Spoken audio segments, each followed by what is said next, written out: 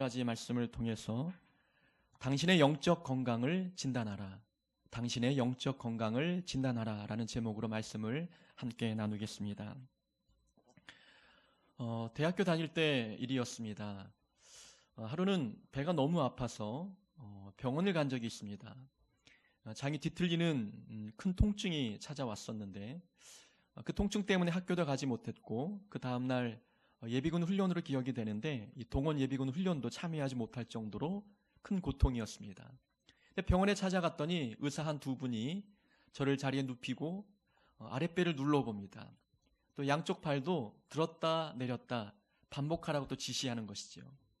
아마 검증, 이 진료 과정을 한번 보니까 혹시 맹장염이 아닐까라는 진단을 좀 내리고 있는 듯하였습니다. 근데 그렇게 진단을 해도 차도가 없자 지금은 맹장염일 수도 있는데 정확하게 진단 내리기 어려우니 집에 돌아가고 내일 다시 돌아오라고 이야기를 합니다.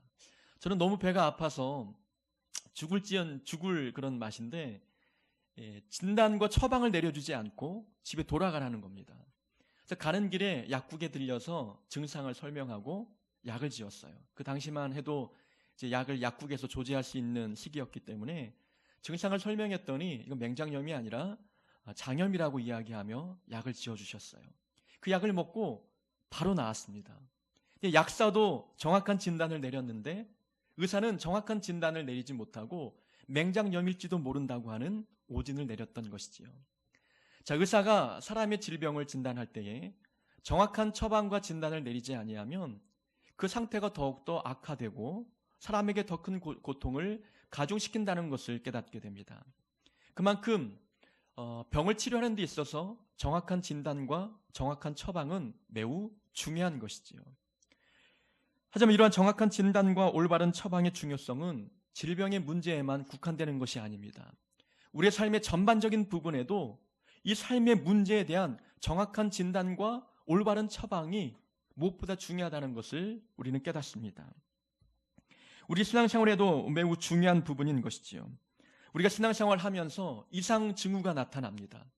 감사가 사라지고 불평과 원망이 마음속에서 끊임없이 올라옵니다. 사랑의 마음은 사라지고 미움과 증오의 마음과 분노와 마음속에 주체할 수 없는 화가 날마다 올라올 때가 있습니다. 이런 이상 징후를 보면서도 이 문제가 원인이 무엇인지 정확한 진단을 내리지 못한다면 우리의 믿음의 성장은 기대할 수 없고 하나님과의 올바른 관계에 맺어갈 수 없습니다. 이스라엘 백성들이 애굽을 탈출하여서 가나안 땅으로 가는 중이었습니다. 광야에서 40년 생활을 보내었는데 그들은 광야의 삶을 살아가면서 늘 불평과 원망이 그들 마음속에 충만했습니다. 물이 없어 불평했고 고기가 없어 원망했던 자들이었지요. 그들은 불평이라고 하는 영적 질병에 걸렸습니다.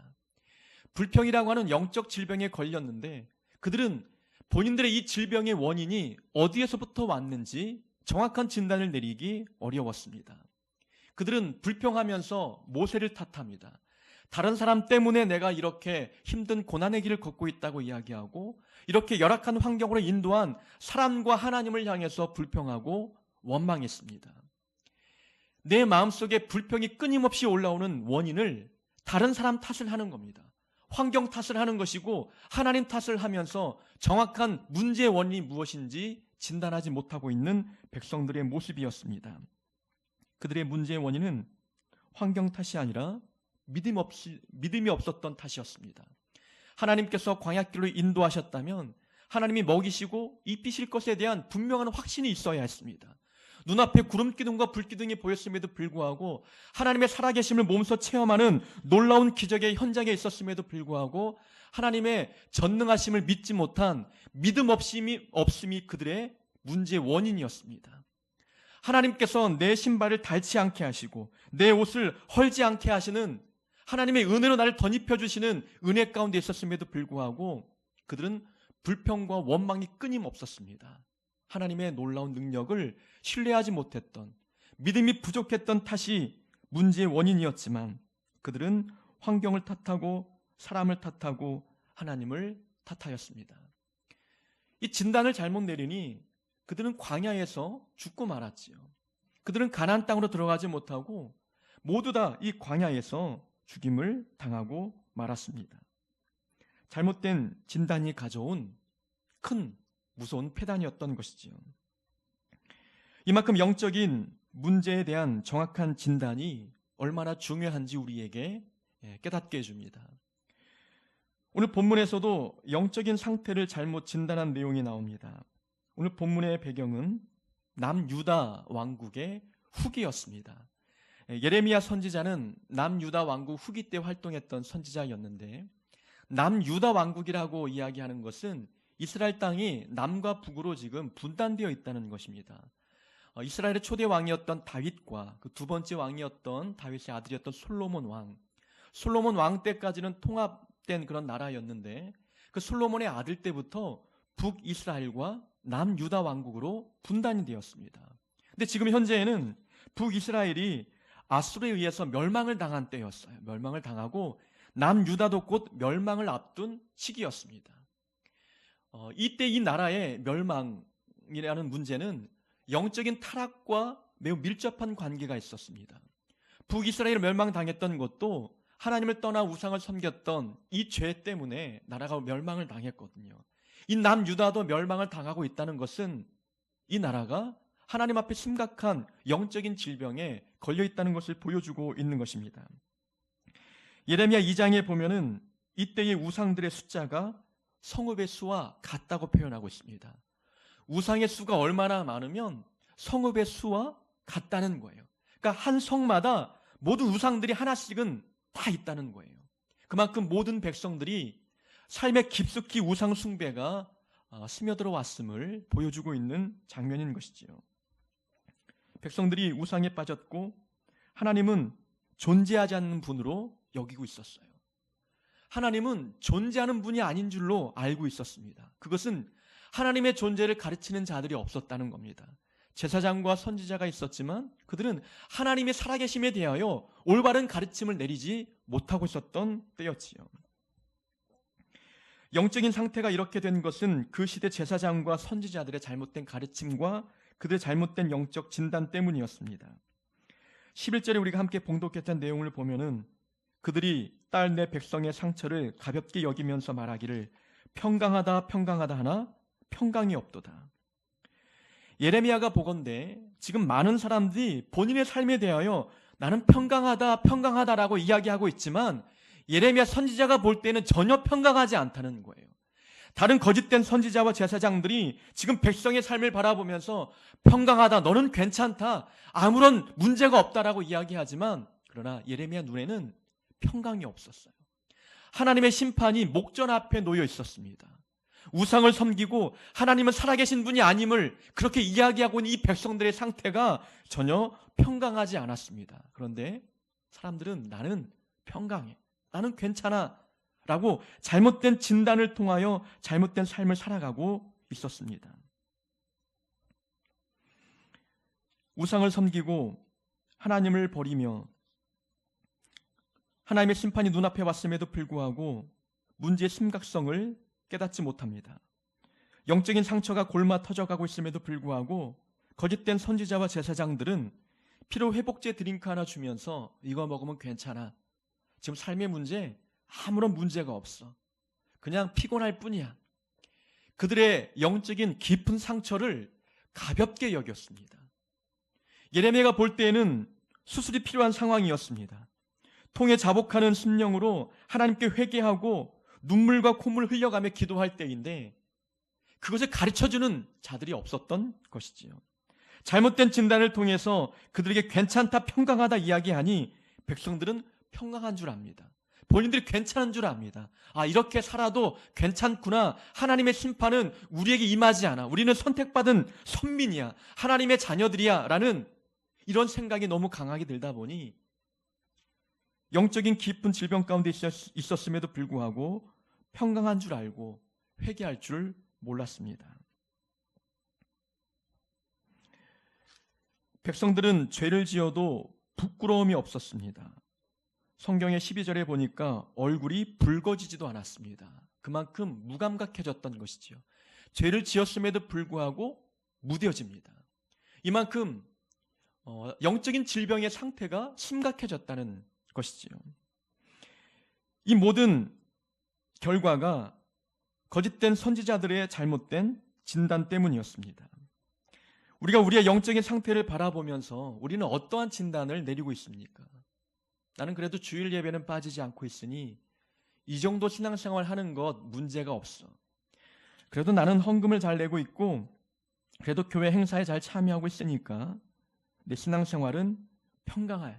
난 평강해. 나는 괜찮아. 이 정도면 아무런 문제가 없어. 혹시 우리도 우리의 영적인 상태에 대해서 잘못된 진단을 가지고 평강한 척 살아가고 있는 것은 아닙니까? 감사가 없고 기쁨이 없고 마음의 용서가 사라지고 사랑이 없어져 가고 있는 심각한 영적 질병에 걸렸음에도 불구하고 우리는 평강하다. 나는 괜찮다. 잘못된 진단으로 살고 있지는 않습니까? 우리는 예레미야 선지자의 외침을 통해서 우리의 영적인 진단을 한번 해보기를 원합니다. 우리의 영적인 건강은 얼마나 건강한지 아니면 심각한 질병에 걸려있는지 함께 진단을 해보고자 합니다. 4절과 5절의 말씀을 한번 보겠습니다. 너는 또 그들에게 말하기를 여호와의 말씀에 사람이 엎드러지면 어찌 일어나지 아니하겠으며 사람이 떠나갔으면 어찌 돌아오지 아니하겠느냐. 이 예루살렘 백성이 항상 나를 떠나 물러감은 어찌함이냐. 그들이 거짓을 고집하고 돌아오기를 거절하도다. 예레미야 선지자가 이 백성들의 모습을 보니까 넘어져도 일어날 생각을 하지 않는다는 겁니다. 이 올바른 길에서 떠났음에도 불구하고 다시 돌아오지 않는다는 겁니다. 정상적인 사람이라면 넘어지면 일어나지 않습니까? 돌부리에 걸려 넘어지면 그 길바닥이 안방인 것처럼 누워있는 사람은 없잖아요. 넘어졌으니까 일어나는 게 정상이에요. 길을 가다가 목적지에서 벗어난 잘못된 길로 들어서면 다시 유턴을 해서 돌아오는 것이 정상적인 사람의 모습인데, 그러나 예레미야 선지자가 볼 때 이 이스라엘 백성들의 모습은 넘어져도 일어나지 않습니다. 죄악 가운데 넘어져도 일어날 생각을 하지 않고 있다는 거예요. 잘못된 길을 가고 있음에도 불구하고 다시금 그 길을 돌아서서 하나님께 돌아오는 자들이 없었다는 것을 보여주고 있는 것입니다.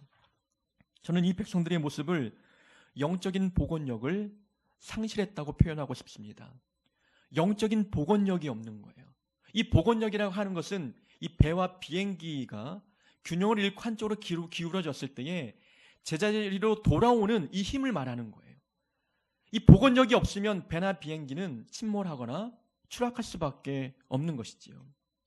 우리에게 영적인 복원력이 있느냐라는 겁니다. 잘못된 길로 들어섰을 때에 돌이킬 수 있는 힘이 우리에게 있느냐라는 것이지요. 죄를 지었을 때 빨리 깨닫고 회개하느냐, 얼마나 빨리 회개하느냐. 빨리 회개할수록 복원력이 좋은 사람들입니다. 누군가 잘못을 저질렀을 때에 빨리 용서를 구하는지, 아니면 사람과의 관계가 깨어졌을 때에 그들을 빨리 용서하고 이 관계 회복을 빨리 이루고 있는지, 신앙생활에 문제가 생기고 있는데 이 신앙생활을 빨리 회복하기 위해서 어떤 노력들을 하고 있는지. 영적인 복원력이 있는 자들은 신앙의 시험이 들어도 빨리 회복합니다.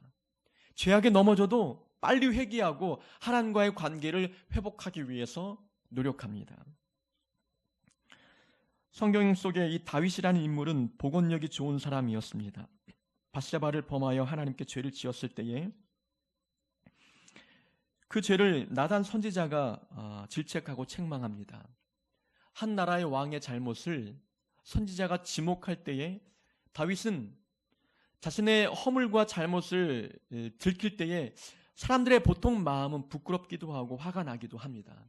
그 허물을 들추는 자들을 향해서 분노의 마음이 있지 않습니까? 저 사람만 죽이면 내 죄가 감춰지겠구나. 다윗은 충분히 그렇게 할 수 있는 권력이 있는 자였습니다. 그러나 선지자의 책망의 소리를 듣고 밤새 눈물을 흘리며 회개했습니다.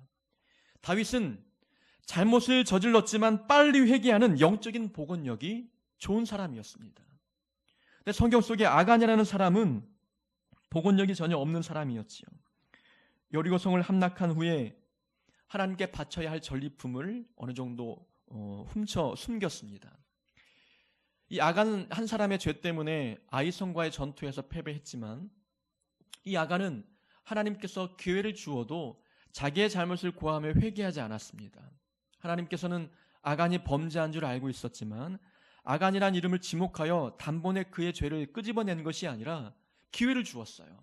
하나님께서는 제비를 뽑아서 점점점 아간의 죄를 좁혀오게 만들었습니다. 제비를 뽑으니 먼저 유다 지파가 뽑혔고 또 제비를 뽑으니까 세라 족속이 뽑혔고 그 세라 족속 중에 제비를 뽑으니 삽디의 자손들이 뽑혔습니다.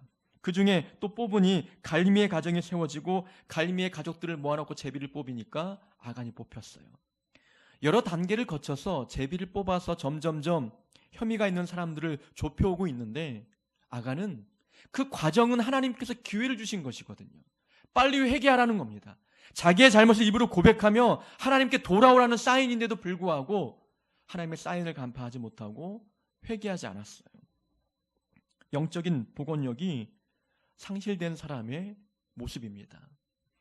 영적인 건강이 좋은 사람은 죄를 안 짓는 사람이 건강한 사람이 아니라 죄를 지었어도 빨리 제자리로 돌아오는 자들이 영적인 건강이 좋은 사람들입니다. 우리에게는 영적인 복원력이 얼마나 있습니까?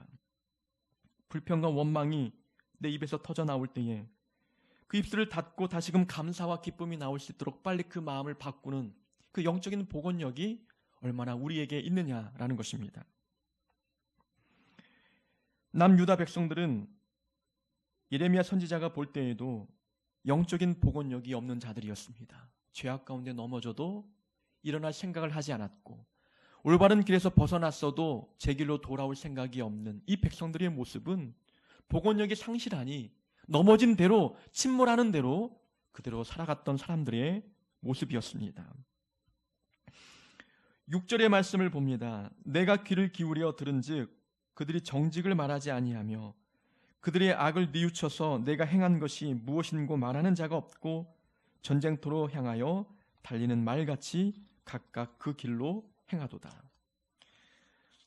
자, 개역개정 성경으로 볼 때에는 좀 의미가 파악하기 어렵지만 세번역 성경으로 다시 한번 읽어드릴게요. 내가 귀를 기울이고 들어보았으나 그들은 진실한 말을 하지 않았다. 내가 이런 일을 하다니 하고 자책은 하면서도 자신의 악행을 뉘우치는 사람은 하나도 없었다. 그들은 모두 자기의 그릇된 길로 갔다. 마치 전쟁터로 달려가는 군마들처럼 떠나갔다. 즉 유다 백성들의 모습은 전쟁터로 달려가는 군마 같다라고 이야기합니다. 죽음 있는 곳으로 달려가고 있으면서도 멈춰서지 않는다는 거예요. 내가 왜 이렇게 말했지? 내가 왜 이런 일을 저질렀지? 말로는 그렇게 하면서도 그 행동을 멈추지 않는 상태에 있는 자들이 바로 남유다 백성들의 모습이었습니다. 영적인 제어력이 없는 거예요. 통제력을 상실했습니다. 죄를 향해서 달려가는 영적인 브레이크가 파열된 모습을 보여주고 있는 것이지요. 영적인 건강 상태를 진단할 때에 나는 얼마나 제어력이 있느냐, 통제력이 있느냐, 절제력이 얼마나 있느냐를 보면 우리의 영적인 건강의 상태를 가늠해 볼 수 있는 것입니다. 영적인 제어력을 상실해 버리면 우리의 삶은 끊임없이 죽음을 향해서 달려가고 더 깊은 죄로 빨려 들어갈 수밖에 없습니다. 우리는 내가 잘못된 말을 하고 있고 잘못된 삶을 살고 있는 것을 알면서도 그것을 통제할 수 있는 힘이 없는 겁니다. 그것을 내 삶을 지켜나가고 내 말을, 내 입술과 내 삶을 통제할 수 있는 통제력을 상실했기 때문에 내가 잘못된 길을 가고 있으면서도 그것을 눈으로 보고만 있는 겁니다. 내 발을, 의지를 갖고 멈춰 설 수 있는 힘을 잃어버린 상태를 말하고 있는 것이지요. 영적인 통제력을 상실해버리면 우리의 영혼은 죽음을 향해서 끊임없이 달려갈 수밖에 없습니다. 초등학교 6학년 때 친구들과 함께 자전거를 타고 놀러 간 적이 있습니다. 그때 벽제, 경기도 고양시 벽제에 살고 있는데 그때 용밀이라는 고개를 넘어가는 데가 있었어요. 광탄을 넘어가는 곳인데 산을 넘어서 자전거를 타고 가면 끊임없이 내리막길이 펼쳐져 있었습니다. 올라갈 때는 힘들게 올라갔는데 이제 자전거를 탈 때는 내리막길이 그렇게 재밌지 않습니까? 저는 친구가 운전하는 자전거 뒤편에 앉아서 이제 내려가는 그 바람결을 느끼면서 달려가고 있었어요. 점점 내리막길이 가파를수록 자전거의 속도가 끊임없이 올라가는 거예요. 근데 브레이크를 잡아도 브레이크가 말을 듣지 않는 겁니다. 근데 그 앞을 보니까 급하게 커브가 꺾여져 있는데 그 커브길 앞에는 낭떠러지가 있었어요. 이 커브길을 보아도 이 자전거가 급하게 핸들을 틀면 넘어질 수밖에 없는 그런 각도였습니다.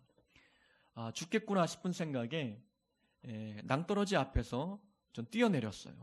뛰어내렸는데 그 급 커브길을 보면은 차들이 낭떠러지에 떨어지지 않기 위해서 가드레일이 있어요. 이제 양철로 되어 있는 가드레일이 있는 반면에 콘크리트로 이렇게 쌓아놓은 가드레일들이 있어요. 그때는 이제 콘크리트가 있었는데 그 콘크리트의 옆구리를 세게 박았어요. 아주 세게 달려오는 가운데에 넘어지니까 숨을 못 쉴 정도로 통증이 있었습니다. 집에는 말도 못하고 야단 맞을까봐 한 수개월 동안 이 통증을 안고 살았던 기억이 있죠. 간단한 자전거도 브레이크가 고장이 나면 자칫 잘못하면 죽음에 이를 수도 있었던 것을 경험해 봅니다. 하물며 우리의 영적인 생활도 마찬가지지 않습니까? 브레이크가 없는 사람들이 있어요. 잘못된 길로 가는 걸 알면서도 이 영적인 통제력과 제어력이 없기 때문에 끊임없이 죽음을 향해서 달려갈 수밖에 없는 것입니다. 우리에게는 제동장치가 있어야 되는 거예요. 이 길이 잘못된 길을 알면 빨리 돌아설 수 있는, 빨리 멈춰설 수 있는 영적인 통제력이 우리 안에 있어야 되는 것입니다. 영적인 제어력을 갖추는 두 가지 비결이 있습니다. 하나는 결과를 미리 생각해 보는 거예요. 이 길을 갈 때에 어떤 결과가 다가올지를 미리 생각해 보는 것입니다. 10절에 보면 예레미야 선지자가 이렇게 이야기합니다. 내가 그들의 아내를 타인에게 주겠고 그들의 밭을 그 차지할 자들에게 주리니. 지금 이 죄를 멈추지 않으면 하나님께서 무엇라 말씀하시는지 들어보라는 겁니다. 내가 너희들의 아내를 타인에게 주겠다. 그래서 이방 민족들의 공격으로 인해서 이 나라가 멸망당할 거라는 겁니다. 포로로 잡혀갈 것이고 자녀와 아내를 빼앗길 것이라고 이야기하고 있는 거예요.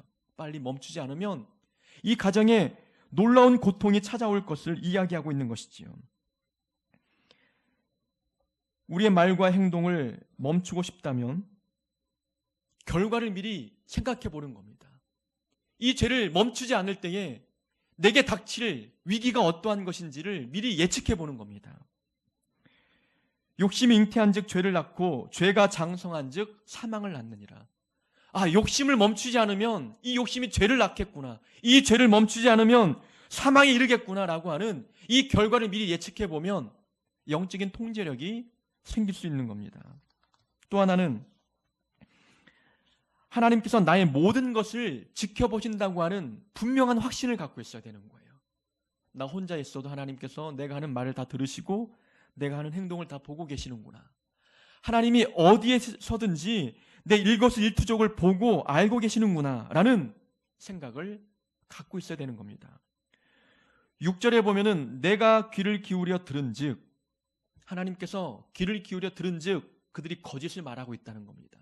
거짓을 말하고 있음에도 불구하고 그 죄를 뉘우칠 생각을 하지 않고 멈춰설 생각을 하지 않고 있는 백성들의 모습을 듣고 보고 알고 계셨어요. 그러니까 하나님은 어느 곳에나 있습니다. 내가 가는 모든 곳에 있음을 우리가 자각할 때에 우리의 죄를 향해서 달려가고 있는 발걸음을 멈춰설 수 있게 만드는 것입니다.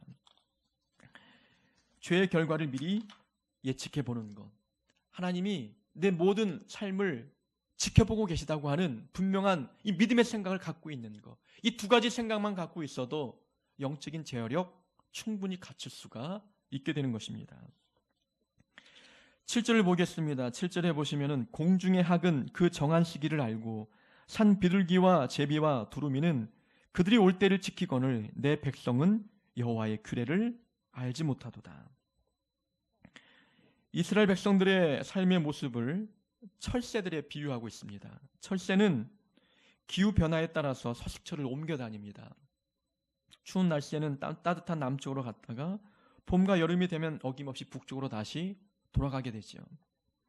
동물들도 기후 변화를 분별할 줄 안다는 겁니다. 떠나갈 때와 돌아올 때를 알고 있다는 것이지요. 그런데 이 백성들의 모습은 영적인 존재임에도 불구하고 하나님께 돌아올 때를 알지 못한다는 겁니다. 죄 때문에 떠나갔는데 하나님께서 수없이 사인을 보냈는데도 불구하고 돌아올 때를 분별하지 못하고 있는 영적인 분별력을 상실한 백성들의 모습을 우리에게 보여주고 있는 것입니다. 내가 너희 자녀들을 때린 것이 무익함은 그들이 징계를 받을지니 받아들이지 아니함이라. 너희 칼이 사나운 사자같이 너희 선지자들을 삼켰느니라. 하나님께서 너희 자녀들을 때린 것 같이 무익함은, 자녀들을 때렸다는 것은 하나님께서 죄 지은 백성들을 야단쳤다는 거예요. 야단쳐도 소용이 없었다는 겁니다. 징계를 받아도 하나님께 돌아오지 않았던 백성들의 모습을 책망하고 있는 것이지요. 하나님은 백성들에게 회초리를 들고 야단도 쳐보았습니다. 선지자를 통해서 책망의 메시지를 전파하기도 해보았고, 이방 민족을 통해서 유다를 공격해보기도 하였습니다.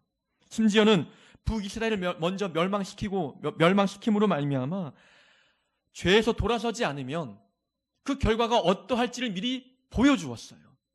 그럼에도 불구하고 백성들은 하나님의 사인을 간파하지 못하고 하나님께 돌아오지 않고 있다는 겁니다. 분별력을 상실해버린 백성들의 모습임을 보여줍니다.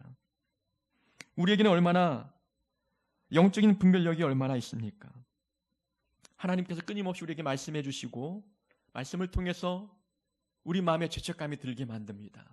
이 모든 사인들이 하나님께 보내시는 거예요. 하나님께서 나로 하여금 돌아오라고 말씀하는 겁니다. 하나님께 돌아올 때를 알고 분별하라고 우리에게 보내주신 말씀의 사인들을 우리가 듣고 깨닫지 못하고 있지 않습니까? 이 예배의 자리는 우리의 영적인 건강 상태를 진단할 수 있는 좋은 기회입니다. 우리에게 얼마나 영적인 복원력이 좋은지, 나의 말과 행동을 제어할 수 있는 영적인 절제력이 있는지, 아니면 하나님께 돌아갈 때를 아는 분별력이 있는지, 이 예배 시간을 통해서 점검해 가야 되는 것입니다. 우리의 영적인 건강이 심각할 수도 있고, 어떤 분들은 영적인 건강이 그렇게 심각하지 않은 자들도 있을 것입니다. 문제는 정확한 진단을 내리는 것이지요. 내 삶의 이번 한 주간은 영적으로 참으로 좋지 못한 삶을 살았구나, 사랑이 부족했구나, 용서가 부족했구나, 빨리 돌아와야지, 통제력이 부족했구나, 아니면은 영적인 분별력이 부족했구나, 이 자기의 영적인 상태들을 정확하게 진단해서 하나님께 속히 돌아오는 영적인 지혜들이 우리에게 있어야 하는 것입니다. 평강하다. 자기가 자기 자신에게 거짓된 평강을 쇠뇌시켜서는 안 되는 것입니다. 평강은 하나님께서 주시는 것이고, 진정한 평강은 하나님과의 관계가 회복이 되어야만 우리 영혼에 허락되어지는 것입니다. 하나님이 허락해 주시는 평강이 우리 안에 있어야 되는데, 우리가 말로만 나는 평강해, 나는 괜찮아 라고 이야기한들 괜찮은 것이 아닙니다. 명절 때가 되면 우리가 하나님의 자녀라고 하는 생각을 잃어버릴 때가 있습니다. 가족과의 모임에서 우리가 하나님의 자녀임을 기억하셔서 영적인 분별력과 영적인 제어력과 영적인 복원력들을 기억하심으로 말미암아 모든 사람들 앞에 우리가 하나님의 자녀임을 보여주시고 우리의 영적인 건강을 잃지 않는 연휴 기간이 되었으면 합니다. 우리가 다음 주일 돌아와서 만날 때에 좀 더 영적으로 건강해진 모습을 가지고 돌아와서 기쁨으로 감사로 예배드리는 귀한 한 주간 될 수 있기를 주 이름으로 축원합니다.